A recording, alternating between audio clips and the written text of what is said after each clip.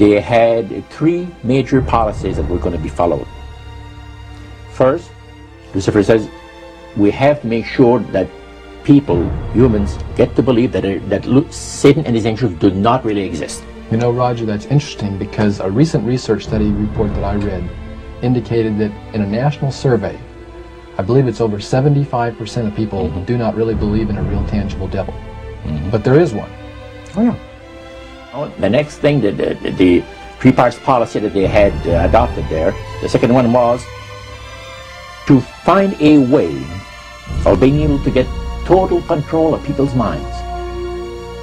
And that would be done by taking hypnotism out of the realm of the occult and introduce it as a new science for the benefit of mankind.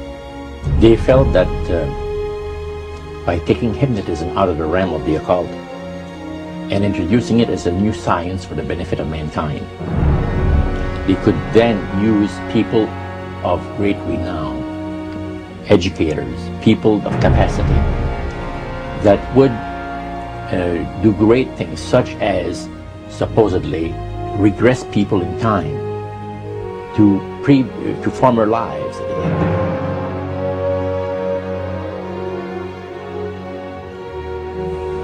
And of course, after the session is over, the person would not know a thing about ancient history. And the person she or he has talked about performing, certain deeds, we'll say, 3,000 or 4,000 years ago.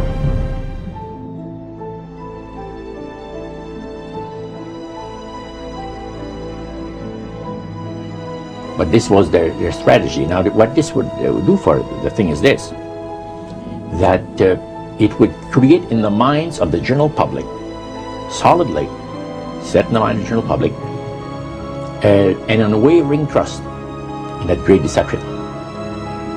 So now this would be a way of de-Christianizing the Western world through the avenue of mysticism.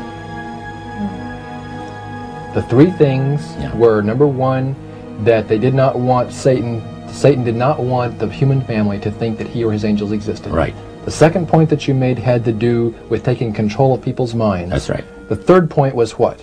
Was to destroy the Bible without burning it. Okay. See? And what was his strategy on that? On that, it was very interesting. Because after the Great General Council, it was decided that Satan would tutor Charles Darwin personally in setting up the principles of his theories of evolution.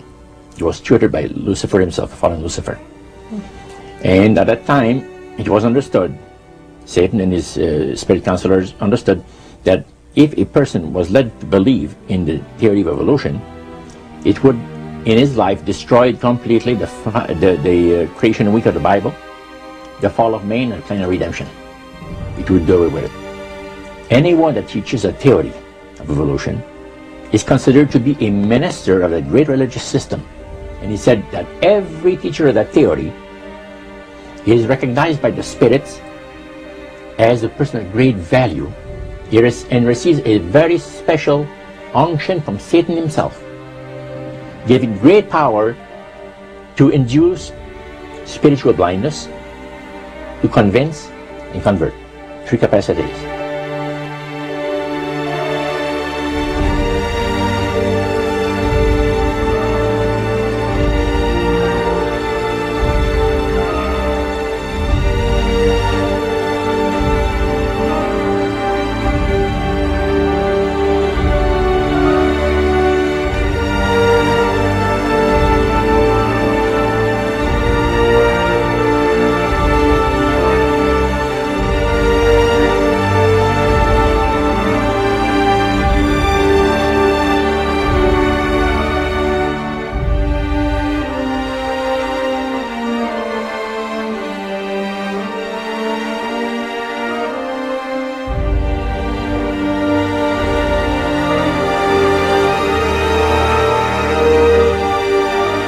This is the grain plain, the Master's grain plain, for harvesting the nations, for harvesting the multitudes of the earth. and through his cause, just before the close of the great controversy between the forces of good and evil. It's going to be done in a unique manner. This grand plan is going to take people are going to eat the stuff, because it says spirits, demon spirits, will declare themselves to be inhabitants of far distant planets in the galaxies that are coming to warn the inhabitants of planet Earth of the impending destruction of the planet unless something seriously proper is done to avoid it.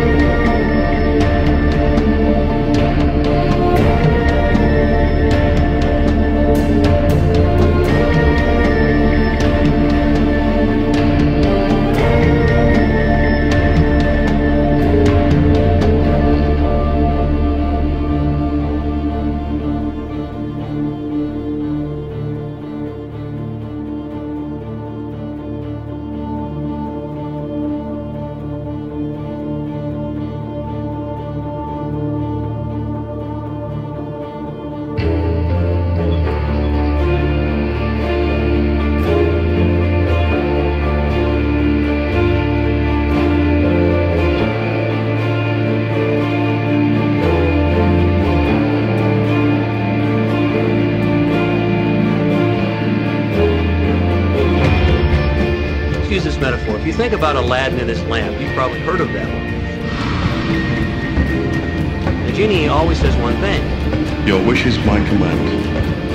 You know, the universe is this great genie, and your conscious mind is Aladdin. It formulates the intention of what you choose for your life.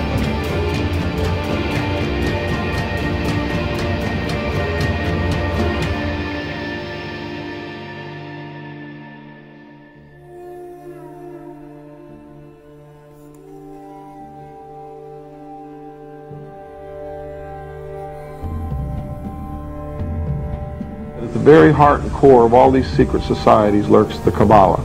It is a method of encoding information through a system of mathematics and numbers. These people that belong to the secret societies never dared to write down in any language what they knew, what it was that they were guarding, because then someone could steal it and then the secret would be out. So they took this knowledge and they made it occult through a system of encoding, encryption, one of which is mathematics, numbers. Another is architecture. Everybody wonder, why do they have a fraternal organization called the Freemasons? Aren't those the guys that build walls? You bet they do. But every wall they build contains the secrets that have been kept and maintained throughout the ages, and it's encoded in the architecture and in the measurements of the buildings and in the mathematical formulas used to derive the geometry, the shape, the length and breadth and height of rooms. It's all encoded there.